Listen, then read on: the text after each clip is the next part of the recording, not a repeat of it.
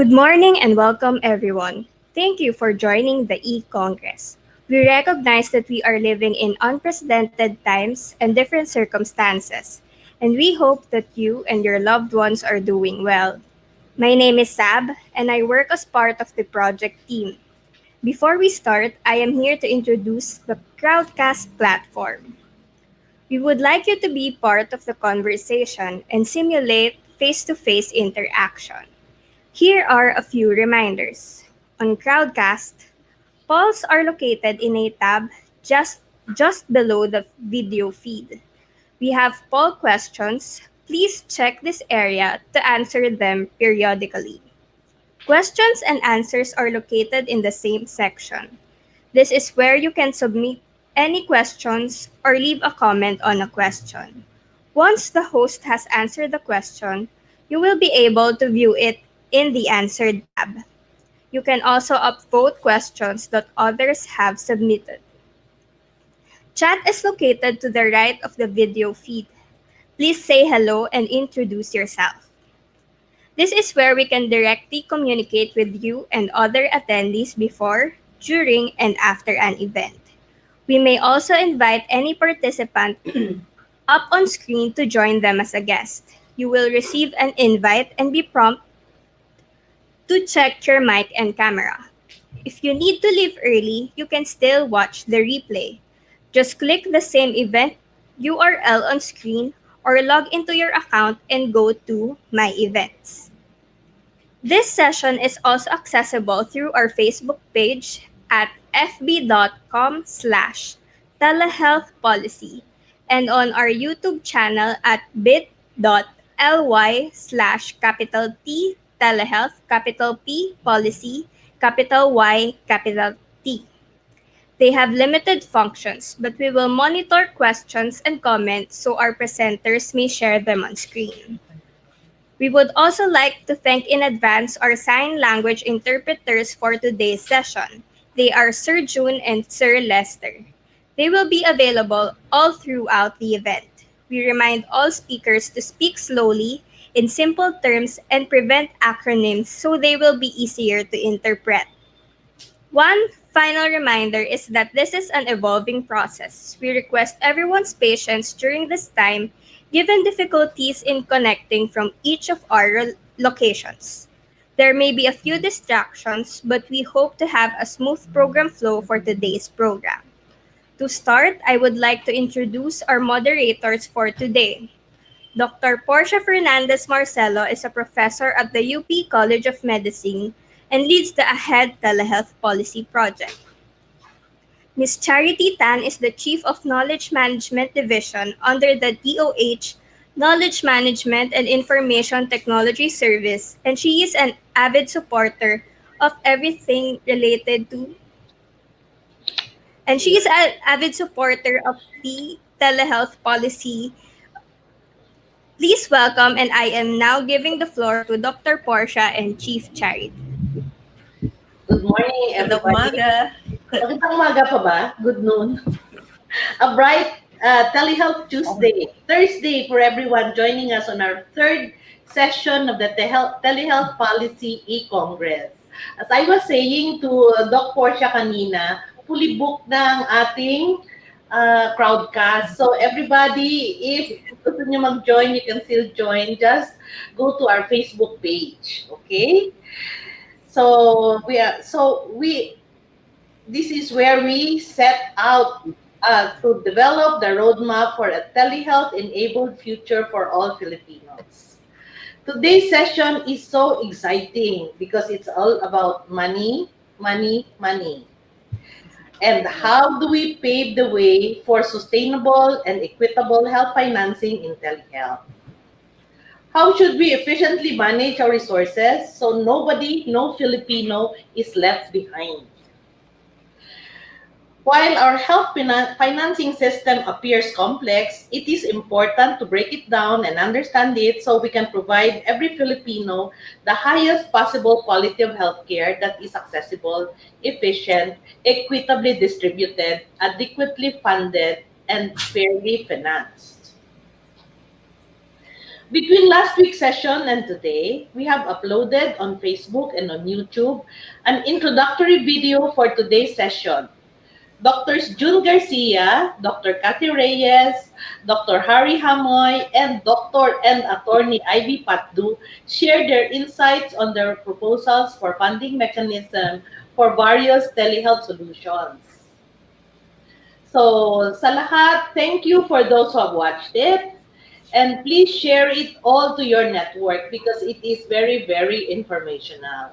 And don't forget, of course, this is very, very important. Don't forget to click on the like and to subscribe. Okay?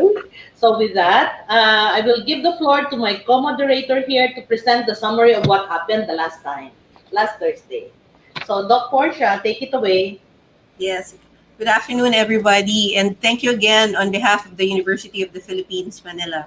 So, the video that our consultants shared, the gist of the information that the consultants shared, are also presented to you in our screen. So the use of telehealth solution must be given appropriate financial coverage in the implementation of the Universal Healthcare Law.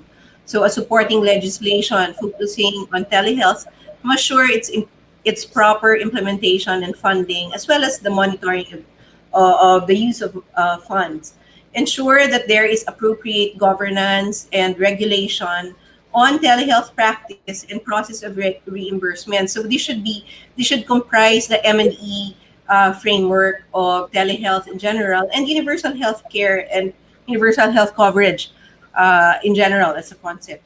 So the development of pricing schemes or case rates for telehealth solutions should be developed, participated in by key stakeholders. So especially from the national government, so the Department of Health, Department of Finance, and Department of Budget Management, and other concerned government agencies. Definitely the local governments because they are the ones charged with implementing the universal health care program, especially for the Filipinos. The National Health Insurance Program, represented by our PhilHealth, and certainly NGOs who will represent the voice of a majority of our people. So agreed upon pricing schemes must be readily accessible to the public for critique as well. So reimbursement to be used should be value-based payments, wherein the payment or reimbursement for a service is dependent on the cost, efficiency, quality, and outcome of the care provided to our patients. Okay.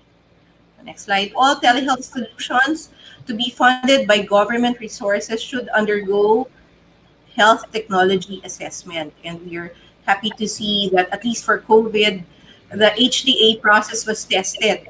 So also for telehealth, if this should be funded by the National Health Insurance Program, it should undergo health technology assessment. Um, it is an important feature that the regulatory framework for telehealth clearly links with this HTA process. So the health technology assessment process needs to accommodate the nature of telehealth being a product of collaboration across various sectors.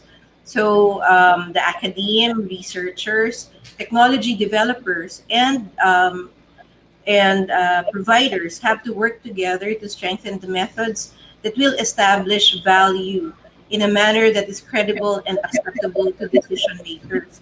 And this is important because there are many telehealth providers now. So this health technology assessment process participatory uh, should be a participatory process. So there must be a mechanism to train researchers to assess telehealth for health technology assessment purposes, and at the same time improve the methodologies to continuously produce better measures of value. That's it. So these are the things that our panelists for this afternoon will base their recommendations or critique on. So I call on my partner, Charity. Okay. Thank you for that, Miss Portia, Doc Portia. Our next speaker is UHC Lead Coordinator at the Philippine Health Insurance Corporation. and is in charge of developing the omnibus guidelines for the implementation of the UHC and in developing policy analysis. Specializing on social policy and social protection, his focus is on social health insurance and health rights. He holds a Master's of Public Policy, Economic Policy from the Australian National University and an MA in Philosophy from UP Diliman. Uh, Everybody, please join me in welcoming and giving the floor to Bernard Cielo of PhilHealth. So, Bernard, Hi, can you hear me well? yes. Yeah, hi. So obviously, sort of going through the first presentation, the 20-minute video talking about what the health priorities are, and sort of contextualizing that in terms of health financing, it's important for us to understand, what does health financing actually entail, as well as what does it mean for us to cover telemedicine as part of the quantum of services that telehealth covers. Well, first and foremost, when we're talking about the current efforts of PhilHealth to include telehealth solutions within the services that it's currently paying for, we need to contextualize that to a broader discussion on how benefits are in fact developed. And the thing is, when it comes to telemedicine, it's actually an all-encompassing term that captures a broad spectrum of services, right? So it can be anything as simple as telephony, teleconsultations at the primary care level, wherein providers get the call and essentially seek consult with a health practitioner, and it can be far more complex. It can involve teleradiology, telereferrals, whether asynchronous, synchronous. So an important component of that really is identifying, well, one to a certain extent, what the actual services are that we need to cover and the costs associated with providing these services. The second would be after identifying those costs and services, determining the appropriate payment mechanism. There was a mention on, the need to create case rates for it. But in truth, when you think about health financing, there's a lot of different ways by which you can finance telemedicine, which isn't just case rates, right? So it can, a part of it can be bundled and paid through global budgets. It can be paid through capitation. And case rates definitely is an option, but it should be reserved for services that we plan to unbundle relative to the services that we expect should be a normal or a standard part of the services offered by a network. Um, After that, you need to think about quality standards, and there's that underlying question about whether or not the services that we provide are of quality, and that the amount being paid to the provider is sufficient to actually cover for the type of services that they'd actually need.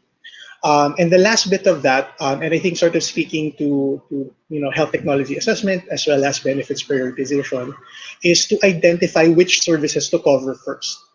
Because obviously, there's a huge array of services that is included in telemedicine. And we need to identify which ones will have the most impact if we cover it now, and which ones are most needed given the current political and economic environment. Um, in terms of sort of these propositions to include telemedicine solutions, the two things mentioned were telementoring rather, or professional support, as well as public and patient education, whether in the realm of health promotion or more specific NCD control interventions like diabetes management, as well as diet and nutrition counseling. Um, a certain aspect of these services may not be within the realm of social health insurance financing. We need to contextualize that PhilHealth, first and foremost, is a social health insurer. And what that means is that what PhilHealth pays for are services delivered to its members.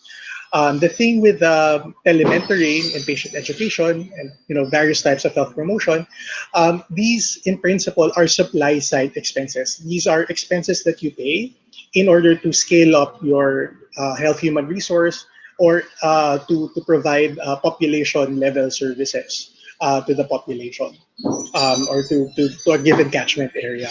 Now, the thing with these types of services is that these are auxiliary to service delivery. So, in principle, these are things that PhilHealth is not mandated to pay for. It's not to say that these things shouldn't be financed; they should, but these should be largely financed through the national government, through the Department of Health, as well as through the local government, depending on the condition and on the service being offered. Um, Now, in terms of diet and nutrition counseling, now here is a space wherein there may be some value in looking at fill-up payments. If we're thinking about primary care services with the idea of covering for nutrition counseling for diabetes patients, then it is something that we can potentially consider to be included in the capitation of primary care. That said, there are certain restrictions within the space, particularly in that um, there might be supply gaps in terms of nutritionists working in the primary care space. And the question there is, even if we can, in fact, create a benefit and include it, let's say, in the capitation, are there sufficient, nutritionists at the primary care level to provide the service? And if there isn't, then there's no real value to creating that package. So it really goes hand in hand. And PhilHealth makes a point to work very closely with the Department of Health and understand health service delivery both from a demand and a supply standpoint. On the last point to discuss, largely, in the space of, what the current status is in terms of transitioning towards universal health care, and particularly how telemedicine or telehealth figures in within the healthcare provider network. Well, what the general evidence available to us, both in low to medium income countries as well as in highly developed countries, is that telemedicine is an integral part to any health system. You know, um, uh, Timelines might depend on a variety of factors. UHC is more than just a question on coverage. It's really, looking at factors that affect both demand and supply in terms of health service delivery.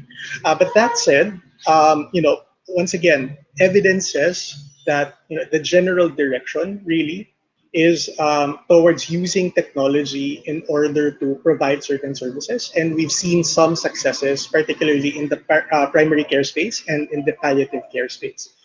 Also, sort of in aging populations or in aging countries, there is this huge interest in telemedicine to sort of stretch the limited health workforce available in order to provide services to these vulnerable populations. So we really see telemedicine an integral part as well. Yeah, I'll end my discussion there. Thank you.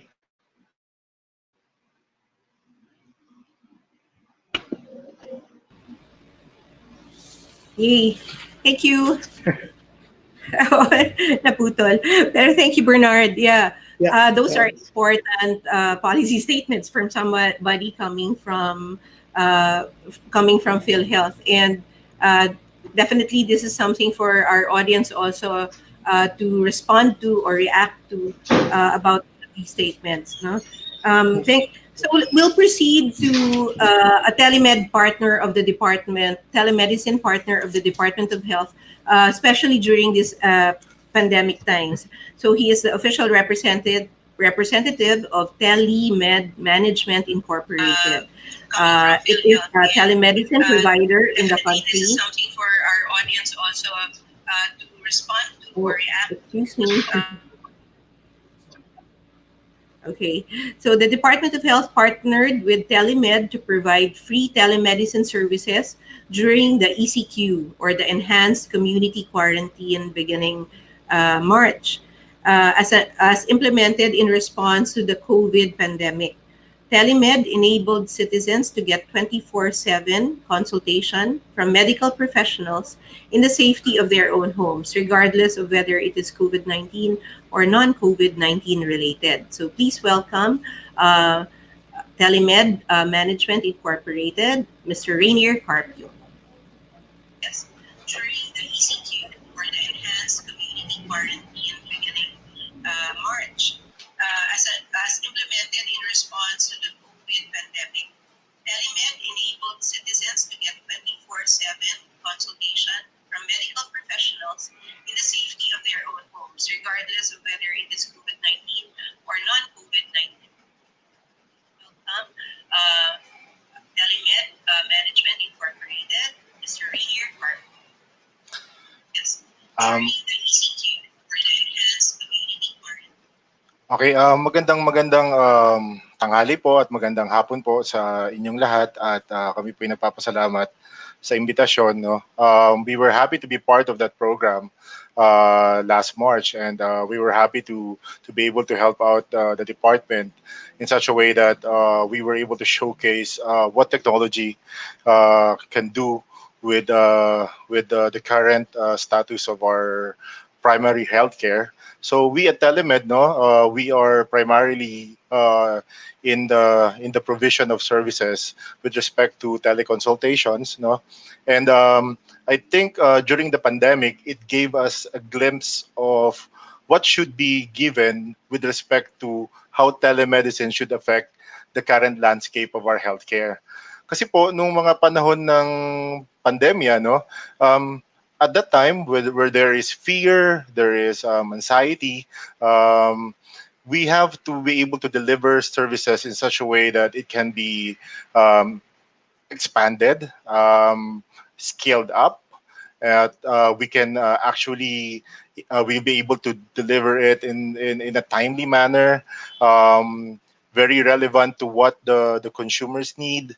So during that time, no, it creates the semblance of structure, and we were able to show that with the current telemedicine technology in the country, I do understand because we have also other partners. We partnered with other telehealth providers during that time. That even at this early stage of telemedicine, because we are barely at around 5 to 6 years in the country.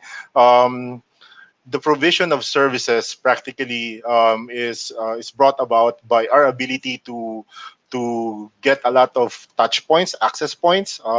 Pwede tayong tumawag sa telepono, pwede tayong tumawag sa isang video conferencing platform. These types of services and the way the services are being rendered, it allows for people from all sorts of status to be able to access us. Remember that with the technology, there's always a fear that can we use it? Can we actually utilize it? We are always scared that it might be difficult to actually get in touch with a doctor, talk to a doctor, get a proper diagnosis, because practically this is very, very new to us. And to allay that fear, the system itself should provide great response to those fears. And we actually were able to do it in such a way that we were able to give whatever they need, from prescriptions, healthcare plans, or whatever it would require for them to get better if they are feeling sick, or if they are diagnosed with a sickness. Those are some of the deliverables that we were able to provide, other than doing it in a fast paced manner. Kasi during that time we want to cover as much as everybody na nangangailangan in the general Metro Manila area. So during that time, I think we were doing more than around 2,000 to 3,000 calls a day. And to accommodate that, the system should be able to accept and process such enormity with respect to the response or the needs of the consumers. Also, discussed a while ago, I think it is fairly important that we undergo a health technology assessment because at the end of the day, when you talk about technology in medicine, especially at telemedicine, there's this quote unquote questions pa rin, no? If these are effective, the quality of services. I think with HTA or health technology assessment, it will allay fears of us having some doubts whether a particular service is actually going to be beneficial for the users. Um, we if the data privacy is being secured, if proper protocols and processes are being done. So practically, I think in the private sector, we are very welcome of such endeavor, and I think with the current landscape moving forward with this pandemic, telemedicine now plays a central figure in providing healthcare services. The number one fear in that is how do you give it to our kababayans who are considered nasa laylayan ng ating lipunan, no? Ito yung mga kababayan natin who are barely in their infancy with respect to understanding several technologies. Kalimitan yan, they would use Facebook. That's easy for them. But then again, if you put a particular system which involves, for example, katulad nito, medicine or any other services provided by a particular organization na tatanggapin nila through an application, natatakot sila. And I think this is something that we have to be very aware of.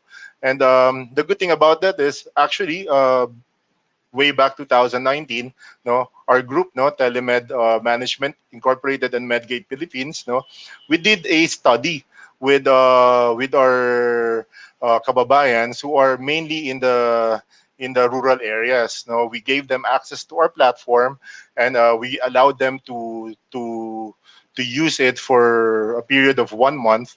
And surprisingly, they were able to adapt, and they were able to use it. And in fact, we were surprised that their utilization is much higher than our current market base.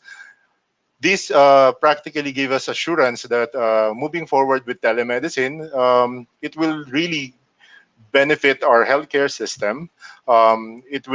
It will not impede any delivery network that we have established. The main point is, which we did during that time, is we were able to inform, educate the users on how to use it, how to make sure that there would be too much cost from their side, and how to ensure them that this particular service is going to be beneficial for them. Um, Also, with respect to finance, we have to analyze it based on value for money.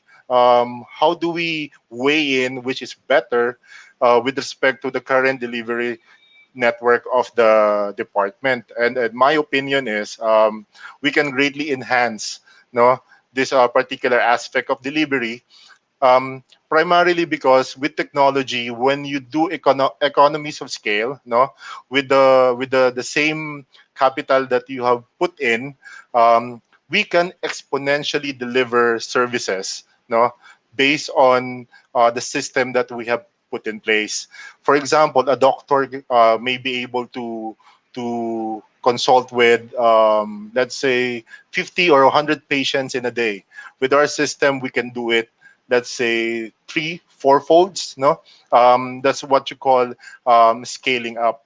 No, the system itself, kasi for example, in our processes, we do it from end to end. The moment the patient calls us, within 15 minutes, we're able to provide the teleconsult services, and that multiplies now with respect to, in a 24-hour setup, how many we can handle per doctor. And with that also, it also creates that ability to answer, and cover, kasi alam naman natin kulang yung mga doktor, we can cover a lot more areas and a lot more constituents in such a way that they'll be able to go to us without the you don't doubt that if I call you at 11 o'clock or at 1 o'clock in the morning, will I get a doctor to answer me? This one is practically out of the question already.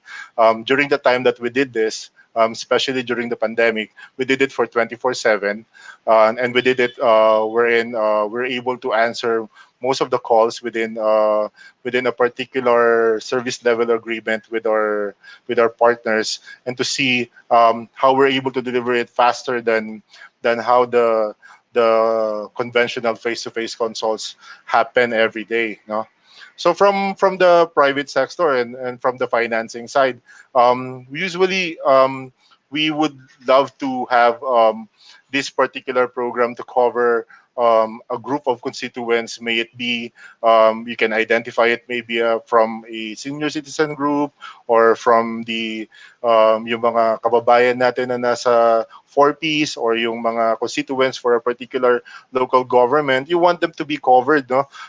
For an entire year. Ganyan. It becomes now something that could make them, no, and have them touch a particular technology any time of the year, any time of the day, and that would greatly enhance the delivery of the services, mostly on the particular setup of how they are going to access it.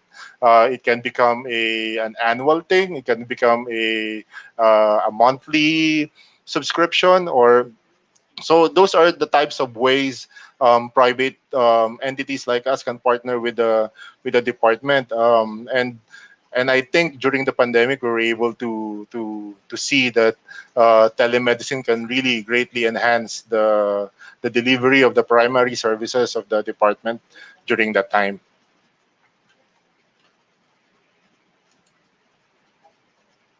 Thank you. Okay. Thank you very much, Rainier. I'm happy to hear about your the willingness of Telemed to subject itself to the health technology assessment process, and I hope the rest of the industry as well, those who are now telemedicine service providers, will also subject themselves to a health technology assessment as recommended earlier on. And it's nice to hear also your other modes or suggestions on how to finance. And I just want to underscore that the idea of looking at it per sector as a service, and if we compare it with what Bernard earlier on was saying, um, oftentimes you bundle telemedicine with actually the conditions in itself. So those are two things that we can actually look into at this point. So let's listen to our third panelist, all the way from Switzerland. Very good morning to our kababayans also in Switzerland today. Our speaker is a health economist as well. He holds two master's degree aside from being a physician himself. He used to be a doctor to the barrio at Northern Samar. So when Rainier as well as Bernard talked about making sure telemedicine is accessed by the poorest of the poor. So Dr. Our speaker today really knows what it is to serve among the most difficult communities of Northern Samar. He also served as a consultant at the UP National Institutes of Health, the UP School of Economics, as well as ThinkWell as a research organization. Right now, Dr. Dante Salvador is a PhD candidate at the University of Bern in Switzerland. He holds a master's in public management from the Development Academy of the Philippines and a master's under the Erasmus Mundus Euro Public Health Program. Please welcome Dr. Dante Salvador, fresh from Switzerland. Dante, Hello, good morning to everyone. Good morning. good morning. Morning. And I'm really grateful for Dr. Portia for inviting me over to to participate in this panel. So I'm glad that telehealth is being in the limelight now, is in the limelight now, and rightly so. Um, for this panel, I would like to talk about 3 points regarding telehealth in the Philippines. I'll start with efficiency. Next, first is effectiveness. Second is efficiency, and the third is funding. A lot of the effectiveness points that I wanted to talk about has been mentioned earlier already. I would just like to add further to what Mr. Shello said regarding contextualization of use of telehealth. Telehealth is something that um, is not equally relevant to all sectors of the health system. Um, it will have a specific use for each health system, meaning local health systems will have different kind of use for a particular service. For example, in my area during my time as a DTTB, we would have benefited from using telehealth in delivering TB dot services. But we don't need telehealth, for example, if we are to deal with filariasis or schistosomiasis, because we are already doing well in that specific health problem. But we need help in other parts of our public health service delivery. So that's one, and it's important to also know that telehealth should be something that we introduce to a health system that is ready um, for that kind of service. During this current pandemic, we have seen that some parts of the health sector, specifically the medical sector, have used telehealth, and it shows us that these parts of the health system are the ones most ready. They were ready to adapt it as soon as it was possible to adapt. And that being said, we still have to consider um, installing or instituting telehealth to sectors of the health system that we can say that will benefit most from adding telehealth in the services. Earlier, Mr. Carpio mentioned about touch points that they have initially identified, and these are important touch points that we know that are most adaptable to this kind of change. Um, to demonstrate effectiveness, we can collate cases of health systems which have used telehealth. Of course, it's still just beginning, but I'm confident that some local health systems have already used parts of telehealth at least, and these are case studies we can use to demonstrate how effective telehealth can be, or telehealth is for the particular case use. I'd like to talk next about the efficiency or value for money regarding the use of telehealth. Telehealth, unlike other services that we may be familiar with, is an overarching service. It's not a particular service that you give to a segment of the population, but it is something that you add on to existing services. That being said, it's difficult in our context to even communicate this to our policymakers, how valuable it can be.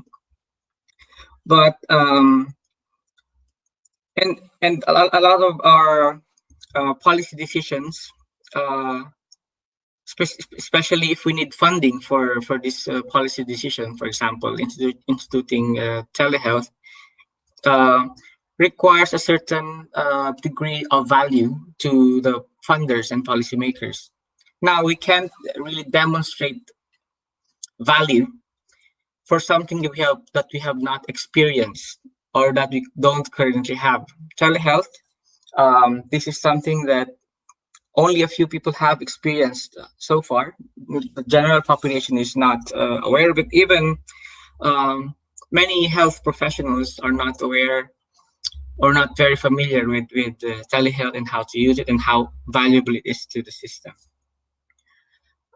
Um, in terms of assessing its value, we need to look at what additional quality and outcome measures it can bring, what additional efficiency parameters it can change. For example, if we can demonstrate that adding telehealth to a health system, with a very local health system, if it can lessen the time and the resource required to deliver the same kind of service, then that's efficiency. Specifically, it's technical efficiency. Also, if we use telehealth and we find that we saved money and we have freed up more money to fund other necessary health services, then it's also efficiency. That's allocative efficiency.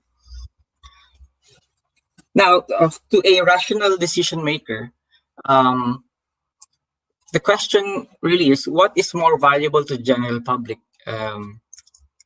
How can we say that the telehealth is valuable? We have to start somewhere. We have to start with first demonstrating that telehealth and all its ramifications is effective. Second, it is valuable. It is best value for money if we institute it in a specific case use. And then third, is it something that we can afford? We go now to no, before we go to the financing part. The ones I mentioned is effectiveness and efficiency. We go to the topic of HTA. Like I said earlier, HTA is telehealth is a new technology that we want to introduce to our health system, and it's rightly so that this process be assessed via our new assessment mechanism, which is HTA. Now, our HTA in the Philippines is quite new. From what I know, it's the framework that's being used are still, of course, being developed on how to assess technologies. And most of the technologies being considered initially, of course, were medicines and medical products. But now, telehealth is an overarching service. It's not a particular service, but something that affects anyone and everyone in the health system. So we also need to think about how can we integrate assessment of technologies, not just telehealth, into our HTA, because it's not the same as assessing, for example, a COVID vaccine. For example, it's not a product. It's a different kind of technology. In developed health systems, they have specific segments of their HTA institutions to assess a particular service like telehealth. So hopefully in the next coming months, the government can consider developing guidelines specific for overarching services like telehealth. So that's how I was thinking how we can assess telehealth. The next the next step would be how can we integrate telehealth in our current funding mechanisms.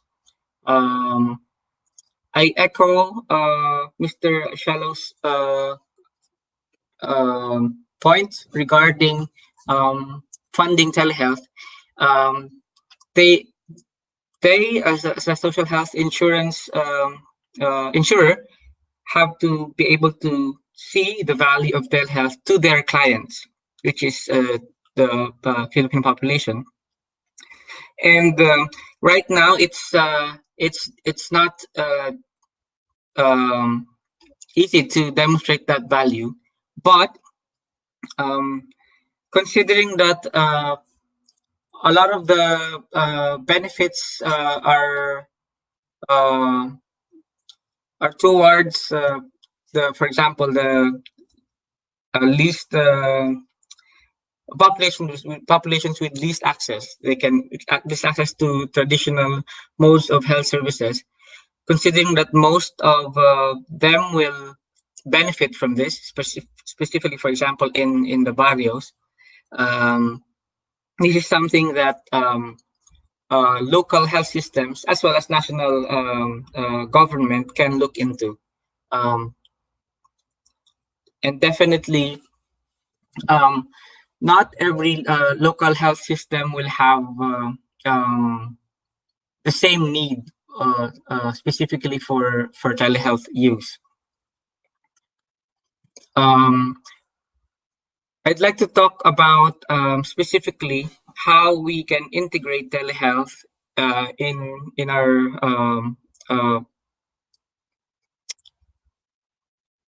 in a local health system, and specifically if we start operating on a healthcare provider network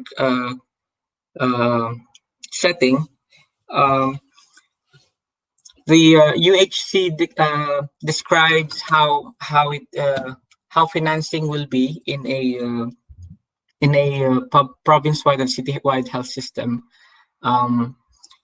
and specifically describes financial integration. Financial integration means all the funds, the finances that are relevant to a particular local health system, like such as citywide and province-wide health system, will be pooled in that system, and rightly so, because that local health system will have a better idea of what they need, or what services or technologies will be most beneficial to them, and they will be more able to identify potential sources of funding, not just from PhilHealth, but there's also DOH money, as well as LGU contributions to the fund pool in that local health system. Thank you.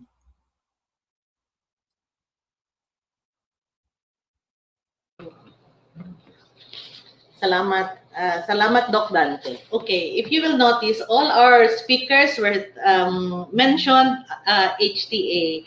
So just to add something to it, dito sa Philippines, since HTA is new, we ask, or HTA process ask for questions. Is number one, safety. Does the product or the vaccine or the medicine or the process does it harm? So that's one. Measure of adverse effects. Number two question is about efficacy. Measure of effect under actual conditions. Will the product or will the process work? So that's the second question that HTA will na tinatanong. Number three is effectiveness. Measure of effect under real life conditions. Will this product or this process work? And lastly, the last question is all about efficiency. Relationships between costs and benefits. is it worth, is the product or the vaccine or the medicine worth the cost? So that's HTA in Philippines. And, ano, okay.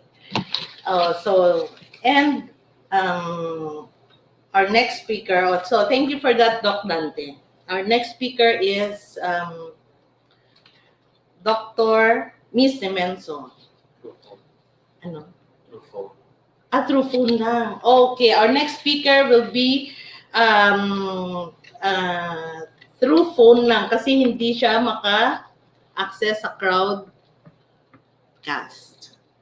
Our next speaker was the first vice chairperson for basic sector of the National Anti-Poverty Commission in 1999. She was also the international convener of the NGO Forum on ADB, which monitors and critiques ADB policies and operations in the region. Currently, she is the coordinator of the health cluster under the Alternative Budget Initiative of Social Watch Philippines. A co-founder of Women Health Philippines, she is a pioneer in reproductive health rights advocacy and activism and a health policy expert on legislative concerns. Please, everybody, let us all welcome, and I am now giving the floor to Miss Ana Maria Ronquillo Nemenso. Hello, yes. Can you hear me? Oh, yes, very well. Okay, yes. Well, from the outset, allow me to introduce the perspective and framework of our health advocacy. Primary care, and universal health care are among the long-standing advocacies of the Alternative Budget Initiative cluster of Social Watch Philippines. The network strongly supports the comprehensive transformation of an inequitable, narrow, and fragmented health system. It believes that the healthcare system should be human rights based and respond to people's health needs and problems and not on their ability to pay. One that is inclusive and accessible to all so that no one is left behind. A core principle in this is the full, meaningful, and effective participation of people and communities to ensure that the health care system address their health needs, that it is transparent and accountable with regard to the use of resources, process, and health outcomes. The transformation involves moving away from a health system that is heavily medicalized and specialized, with bias for tertiary care and hospitals, to one that puts premium on health services at the first point of care, the primary care level, to reach more people. But this requires an expansion and distribution of health professionals and personnel throughout the country to solve the concentration in urban centers. We support the public health system as one of the commons, collectively owned and managed and accountable to people, with strong support from government that prioritizes public health as a national policy over and above corporate interests. With this given this, I would like to state some of our recommendations. Number one, the use of telehealth services in no way should it incur out-of-pocket expenses. This has been a continuing bane of the healthcare system, that out-of-pocket expenses takes up about 54% of the national health account, and medicines eat up about 60% of out-of-pocket health costs. Hopefully, catastrophic expenses will be reduced with telehealth services. Number two, no specific payment should be made for telehealth services, but should be part of outpatient package of PhilHealth. In other words, part of the global budget or package for outpatients from PhilHealth. Number three, There should be government funding for the development of appropriate technology, an app, for example, to avoid and safeguard against multiple patients, to avoid ghost patients, so that recognition of patients need not be through their names, but by their fingerprints or face recognition. Number 4, there should also be government support to ensure internet access and connectivity. I understand that there is an executive order from the time of President Ramos that banned or refused services over satellite. This should be reviewed since number 5, the long-delayed electrification program of the government should be fully implemented. What use is connectivity if weak or lack of power or electrification in the barangays will still create gaps in access to telehealth? Part in appropriate infrastructure for telehealth. It will not be difficult to convince them because telehealth and the technology will be useful for other local services as well, such as the distribution of social amelioration programs during election time for canvassing of ballots, for electronic records, etc. They also should review and monitor the functionality of the equipment. Number 7, when it comes to the patient, telehealth may bring down costs, for example, for transportation, which before COVID-19 was one of the barriers for going to clinics. As much as 48% of patients surveyed in one study said transportation costs discourage them.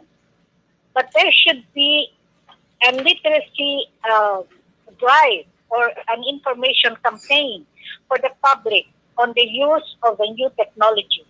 How do they access telehealth services?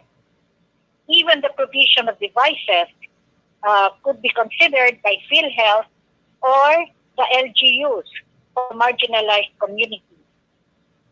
Telehealth services will also reduce their fear of contracting COVID-19. Number 8, health technology assessment should be supported with strong and additional staff to do their work properly, of evaluating the quality, appropriateness, and cost effectiveness, and the allocation of proper allocation of resources for telehealth services. This needs to be constantly improved for maximization.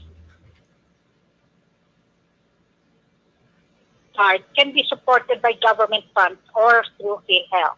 Number 9, to institutionalize the telehealth policy and program, legislation should review the bills now in Congress and approve a law that will set up the mechanism, regulation,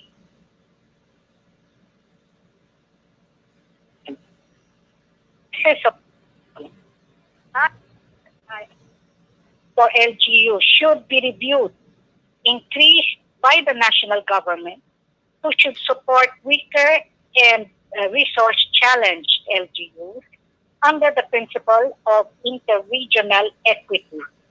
Moreover, sin taxes will and should be continuously appraised as another source of financing. Number 11, telehealth does not mean the elimination altogether of face-to-face consultation. There must be a balanced approach to the healthcare. Trust, satisfaction over services and platform use must be one of the outcomes. The government must not neglect to solve the maldistribution and expansion of health professionals and personnel so that every barangay is served their telehealth needs, their health needs. This involves their development of this the health human resources, their training and retraining, and so forth. And number 12, finally, over once and for all, solve and resolve the mess and corruption in PhilHealth. This has gone far too long. One scandal after another. The critical role given to PhilHealth as the sole funding mechanism for public health programs is far too important to ignore. If need be, it should be overhauled. But government should also look more seriously at a tax-based health system. In the long run, this may be more sustainable, be held more accountable than a GOCC that is enjoying semi-private autonomous status like PhilHealth. Thank you.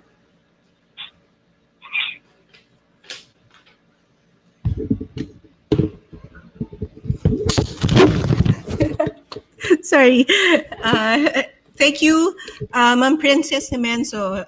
We trust that the words of Social Watch and the Alternative Budget Initiative is really will drive in precisely the concerns of many of our people. Thank you very much for those very clear recommendations. And we were also to underscore what Dr. Dante was saying earlier on. Thank you, Ma'am Princess Jimenso. We trust that the words of Social Watch and the Alternative Budget Initiative is really will drive in precisely the concerns of many of our Sige. So, at this point, we'd like to also say hello first kasi marami pong online right now. I want to greet the people from Cagayan Valley Medical Center, even from Dr. Kasim of the online consulta at San Fernando City in La Union. Let's go further down to Mindanao in Bukidnon, the Provincial Department of Health office, as well as in Region 5 in Bicol. So, marami pong, gusto ko lang balikan yung sinabi ni Dr. DS as a doctor to the barrio that telemedicine or telehealth has to be contextualized, and this is where the local governments really have to have a strong role in defining precisely what the services that they are needing. Dr. Diaz mentioned about filariasis being quite a good program already, and therefore there is no need for maybe teleparasitology in that sense, no? However, that is still an area that needs development in certain areas. Kaya gusto ko rin batiin si Dr. Bertuso of the College of Public Health, who with Dean June Belisario initiated a medical teleparasitology project also. Sige, we're now at the stage of questions. Charity, I will read the first one and then we proceed. Sige. This is a question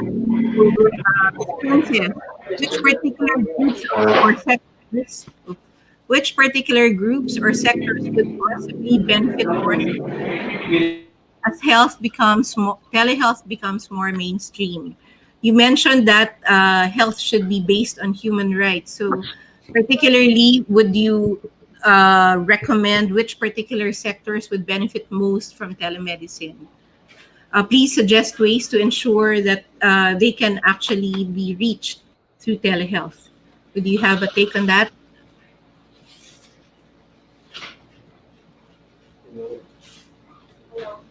Ayan. Sige po. Hello? Ma'am Princess, please respond. What particular group or sectors, or which particular sectors would possibly benefit most significantly from telehealth? Mga older person. Yan. Okay. Yeah, even the women, mga pregnant women, and those about to give birth. Siyempre yung mga PWD. Even for the sick. sick who are not able to go to the hospital, or mga indigenous people. Ayun. But I think this would be, among the vulnerable groups that will benefit from telehealth. Effectiveness. Okay. Thank you very much for that. So, so, wait.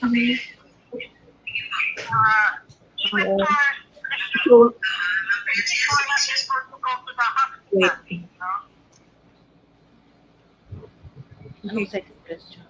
Thank you very much, Ma'am Princess. And your answers echo similarly what our friend from Telemed, Mr. Rainier Carpio, said about an approach to engaging special populations. Sige. There's a second question here. Sige.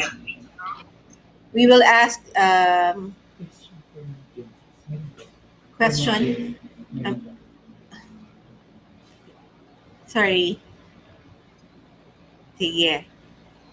So a question for Mr. Bernard or Mr. Rainier on PhilHealth payments. On quality of medical solutions. What are current efforts of PhilHealth in including various telehealth solutions among the health services dispensing? Are there any efforts at this point? And then Yeah. for Telemed and Medgate, as a provider, how do you ensure that the services are actually being offered to your patients are of good quality? All right. So thank you so much for that question. As a way to sort of contextualize that, one of the main points that I raised was that in order for us to properly cover for telemedicine services, we need to have a good grasp of the actual costs of care and an identification of what services will actually be covered. So the approach of PhilHealth, particularly for this year, no, was to develop an inviting policy environment in order to gather that information, to gather that data, both from an implementation standpoint and from a costing standpoint. In more practical terms, what this means is that in the development of the consulta policy, which is the primary care policy of PhilHealth, which is currently being routed internally and hopefully will be released before the end of the year, we included a provision there wherein providers would be allowed to make use of telemedicine solutions in order to provide primary care services to their members. These will be treated as regular encounters in terms of computing for the pay for performance moving forward. So the idea there is that while we haven't, we don't have a clear idea of the actual costs of care, we what we did was we viewed it as an alternative to face-to-face consultations, particularly during the pandemic, and essentially incentivize providers to make use of this bit of technology by attaching it to the pay-for-performance mechanism within the primary care package. I think the main thing about with respect to costing and how you want to finance a particular endeavor like telemedicine from our standpoint delivering teleconsultations, from the basic premise of providing a particular coverage, the main term is coverage. We have created an environment in the private sector wherein a particular family can be covered for, let's say, a year. And then you're just going to pay, let's say, a fraction of what you usually spend for an entire year of consulting to several doctors. And then with this particular arrangement, most of the patients are able to, or all of the patients are able and are allowed to touch base with our doctors 24/7 and on unlimited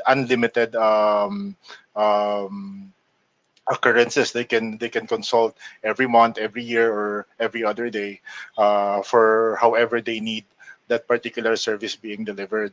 I think the problem there is it has to be connected with the policies of especially PhilHealth on how to cover such programs. Because from my perspective, when I look at how these services are delivered, um, you kind of touch with the insurance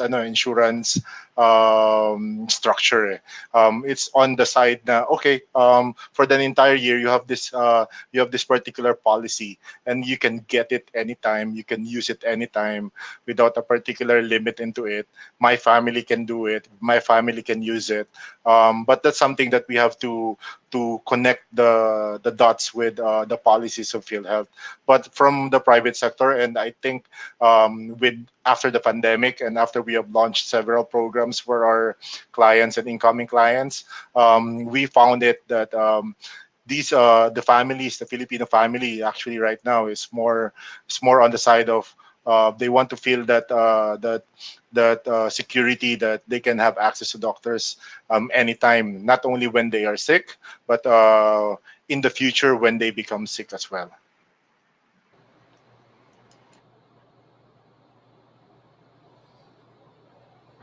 Thank you very much, Rainier, for that, as well as Bernard. Time check. It's actually 1:05. May I request the audience and whoever who are there to stay a little more. Maybe we'll stay until Yeah. 1:15 because we're just getting to the meat of it and getting the feedback of everybody. Sige, we will. So those of you who can stay, please do stay. We promise to stay only maybe until 1:15. Para naman we can get more of the people listening in and their questions to be answered also by our panelists. Sige. Ma'am Charity, can you read our next question? Is it posted already uh, in your screen? Okay. Yan. Okay, this question is, please comment on the proposition to include telehealth solutions classified as professional support, such as tech mentoring, and as public and patient education, such as disease-specific patient education, diet, nutrition counseling for diabetes mellitus patient, among the health services to be financed by PhilHealth. And how does HTA figure in this? I think this goes to uh, Cool.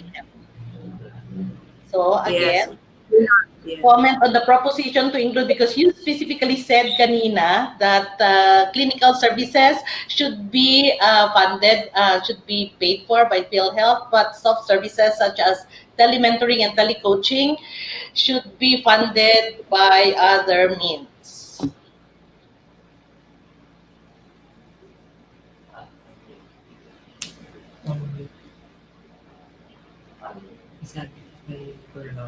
Please unmute. Oh, yeah. Bernard, we can hear you. There. Again. Yeah. So, like I said, I touched upon this quite a bit during our discussion earlier on. This is one of the peculiarities of our health financing system, right? So there's a clear dichotomy between demand side financing and supply side financing. And with respect to demand side financing, it's clear as well that PhilHealth's mandate really is in the realm of paying for health services. So as long as it responds to a particular service delivered by a provider to one of its members, then this is something that PhilHealth can explore on paying. But with respect to telementoring and other aspects of health promotion, this falls under the realm of national government and local government to finance. And also, sort of like another aspect of that will be sort of the setting up costs, the costs of whether or not they're engaging the services of companies like Telemed or setting up their own telemedicine practice and just procuring the actual software or the actual hardware that you would need in order to run it. So these are things that normally financed by the national government or by the local government and is rationalized to a certain extent through the creation of the special health fund. Yeah. And I think maybe Dr. Salvador might want to add some points in that space. So yeah, thank you, Mr. Shella, for your. I actually echo what you said. In that, also going back to what I mentioned earlier, telehealth is an overarching service, which means everybody, include all funders, may be involved in this. Um, the gist is for us to localize.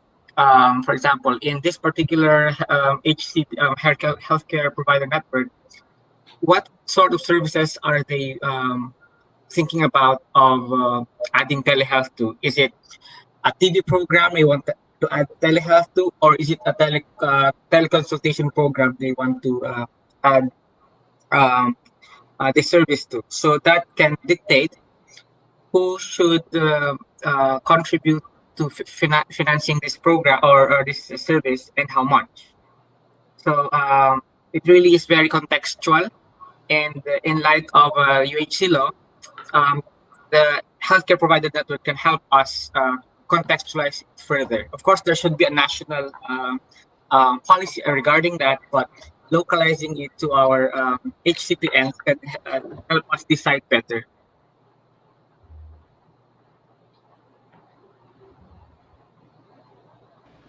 Okay, thank you very much, Dr. Diaz and Bernard, for that, as well as Mr. Rainier Carpio. They're now signaling me to really wrap up because we are overextended. Oops, pwede pa raw. One last question. Okay. Is there already enough body of evidence that matches appropriate financing mechanisms to telemedicine services, similar to how the Universal Health Care Law distinguishes between primary care and other levels of individual care? Yan. Dr. DS as our most academic. And even Bernard, yeah, maraming ano. So Would you have you encountered any body of evidence about matching appropriate financing mechanisms to telemedicine services as we envisioned it in the Universal Healthcare Law? to have some evidence from other countries. However, is this something that is acceptable to our funders or decision makers even in our country? So I think it's worthwhile creating a body of evidence ourselves, because this is something that our funders can definitely agree better than, for example, getting evidence from other countries, especially with a from a country with a very different healthcare system. So I think the current pandemic paves a way to provide us a body of evidence we can synthesize and demonstrate to our decision makers. So it's a Yeah. bit random to collecting those information. Yeah, And and they're if I happy may to add, see that. sorry, if I may add Go real ahead, Bernard. quick, yeah, um, just an important point. The question is actually far more complex than what it originally lets on, right? So when we think about primary care and payment mechanisms for primary care, it doesn't actually as clear cut as you'd think. So the largest challenge in translating the law into actionable steps really is trying to parse through all of these like niche issues, right? So like when you think about primary care, let's say, does it make sense to include tuberculosis as part of the capitation? To a certain extent, it doesn't, right? Because you see, TB as an issue within pockets across the population, and that it requires a certain, specialized level of care that you wouldn't expect from, areas that don't have, a high incidence of TB. Right, it's the same thing for telemedicine. So we need to contextualize it based on how it fits in into the continuum of care. What particular aspect of it is it trying to augment? And that will, to a certain extent, inform us on what the appropriate payment mechanism would be. Whether it should be bundled or unbundled, whether it's paid for by health or by a different agency, or whether it's included in, global budget schemes or capitation schemes. To that. Okay, thank you. Ma'am, can I Thank you for add? that. Um, Go ahead, with Rainier. respect to the evidences that supposedly the question was asking, um, telemedicine is almost, I think, half a decade already in the Philippines, and we have created an environment wherein specific datas are already captured on a day-to-day, week-to-week, month-to-month basis. It was funny because when we had a dialogue with the DOH, with the Department of Health, we found out that most of the cases that we were handling. Using teleconsult services almost parallels to that of the emergency cases that's being handled nationwide. So the use and the applicability of the technology is there, and I think Sir Bernard now is going to have a very hard task and a challenging task of connecting how to finance it from a point of view of, let's say, either the department doing it themselves or getting private entities or private sector to contribute or be contractors of the service.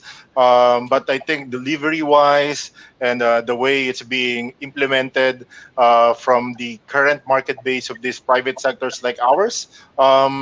Practically, the evidence says practically more than proves that telemedicine right now is something that we can use. It addresses most of the concerns of how the healthcare system is battling what they've been battling for a number of years, like konti lang yung doctors natin, konti lang yung facilities natin. But the main line now that you have to connect is how do you finance it, and from the structure that I have suggested before, I think it's for Sir Bernard to connect the dots already. Okay. Thank you very much, Rainier. However, let me correct you. Telemedicine in the Philippines started way back in 2004 with the University of the Philippines, not just Telemed, your company. Okay, I had to put that in. And certainly, government was first to, syempre, gobyerno dapat ang unang nag-i-innovate kasi siya yung primary duty bearer, especially for the poor. So I needed to put that in. Okay, so thank you very much to it also yes. it was between, I think, PGH, UP Manila, Yeah. and the Region 8, no? Yes, Region 8, Cagayan, Valley Medical Center as well. So mga pioneers of telemedicine, as well as in Iligan, in Capiz. So we initiated that together and tried and evaluated if it can happen. So maybe part For of the last word. there's a last uh, question. What reimbursement mechanism does PhilHealth provide for allied health practitioners providing uh, service for telehealth? Ayan. Naisip na ba yan ng PhilHealth? For allied kasi puro Yeah. doktor eh. Yeah. Current. Actually, I responded to that question within the chat. No? In truth, PhilHealth pays the facility and not the practitioner. Currently, the way case rates are built, as well as any other financing mechanism it currently employs, it pays directly to the health facility. Now, the PhilHealth share is largely determined by the facility itself. So it has its own internal policies with how it partitions any efficiency gains it gets out of PhilHealth payments, and that's what gets that's what's paid to the practitioner. So currently, I think the general direction really is to pay either a network or a provider, but not necessarily a practitioner specifically, whether physician or other allied health profession. Okay. Thank you. Sige, so with that, talagang pinauuwi na tayo. Thank you again. Unahin ko yung pinakamalayo. So, dati nagsiserve siya sa pinakaliblib na lugar ng Pilipinas, but now he's in Bern, Switzerland. Thank you, Dante. Dr. Dante Salvador. Thank you from PhilHealth. Very beleaguered, but we had a very good representative today, Bernard. Thank you. And from Telemed, a very good provider when the Department of Health wanted. You were there. So thank you, Rainier. Definitely, we'd like to thank overtime si June and si Lester, our sign language interpreters. Thank you very much. for your participation in our event here. And I hope we have expanded our reach because of your presence. Thank you again. And So, Miss Portia, don't forget Madam Princess. yes, ma'am. Ma'am Princess, Ma'am Princess Nimenso of Social Watch Philippines Alternative Budget Initiative, who's been also a collaborator of the Department of Health, but making sure that no, the people's voices are heard. Definitely, their recommendations or everybody's input is something that we will include in our own document as a recommendation to our Department of Health. We thank very much the 1,033 people who are listening in on Crowdcast. Thank you for that one, and many more on Facebook as well. We invite you to review our discussion on our YouTube as well as Facebook channels and as seen on the screen. Other people, Charity, whom you want to bate or say thank you to or hello to? Batanes page. Oh, wow. Hello. Hello there from Batanes Yeah, page. Yan. Okay. Hi. Stay COVID-free, please, Batanes. Sino pa? yeah. Yeah, Batanes was one of our pioneers in telemedicine also. So they really That's modeled how it can work. Okay. Sige. St. Definitely. Center College of Medicine. Hello. Good afternoon. And Yeah, I so, tapos ng Cagayan Valley Center for Health Development. yes, So anyway, go ahead, so Charity. Ang ating pasalamatan ang go. you know what? Remember the title of this activity, no? Telehealth Policy eCongress. Why Telehealth Policy eCongress? Because the output of this, what we're doing here should be a telehealth policy which is ready for Congress. So yun, diba, Madam Portia? So all that we've been discussing here are very, very valuable and should make for a very good and more mature, what you call that, Policy proposal. policy proposal for telehealth. Okay. Yes. Kasi we really need, because of the pandemic and the surge in the demand for telehealth, I think we really need this legislation on telehealth ASAP. Yes. And Okay. of course, we also need to, yung sinasabi dito kanina, we need to strengthen the DOH role as telemedicine regulator. Kasi parang yun talaga ang wala pa. Yes, that's the Diba? direction. Oo. Okay, So, again, we're getting there. Di ba? Ito na, this is our penultimate schedule. Our last will be no, we have another two more. Akala ko isa na lang. Okay, sorry. Akala ko penultimate na ito. Okay, so, thank you. Let us thank again Rainier of telemedicine, Telemed, as well as Bernard of Telehealth. First name basis na lang ha, Dr. Dante, now in Switzerland, and By the way, of API. Madam Portia, remember when Yusek Mario was our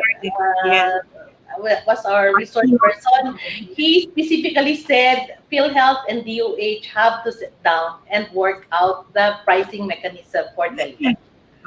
Of course, Bernard is not going to be resting. He will really work on that, having also participated in that.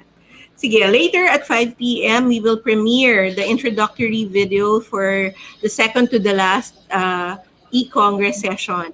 So, Telehealth X ICT Gov, pursuing telehealth through the management of infrastructure, standards and interoperability issues, and overall leadership and governance. And this is where the healthcare provider networks or network care services should come in. we will have a guest moderator in the name of Dr. Alvin Marcelo dahil ICT ang pag-uusapan. So, to step out ako. This is the final one before the synthesis session. We will discuss as I said, much more of the ICT component, but as well as the participation of civil society, government, the private sector in that envisioned healthcare provider networks that are envisioned to be organized, especially to ensure that everyone can access telemedicine and telehealth all the time. Yan. Stay tuned and salamat muli. Please look into our social media pages. Charity, can you see? A reminder. A reminder for you. This is our last week. For those of you who are telehealth service providers, we are still the survey is still open for you to participate so that we can input your thoughts into our policy proposal. Yeah. So, Charity, final words from the Department of Health. Okay, so thank you very much. As I said kanina, we really need to go strong on legislating telehealth because this is the in thing now in the pandemic, and for surely it will become it will have a greater impact in the months or years to come, pre-vaccine, pre-COVID vaccine. So again, thank you, and we hope to see you tonight at 6 o'clock for the 5 o'clock. at 5 o'clock for the more Okay. technical congress. And see you again next Thursday, same time, Same time. same Thank time. you again. Thank you again. We thank also our sponsors and partners, and their names are going to be flashed subsequently. Thank you and good afternoon. Thank you, team. Bye bye.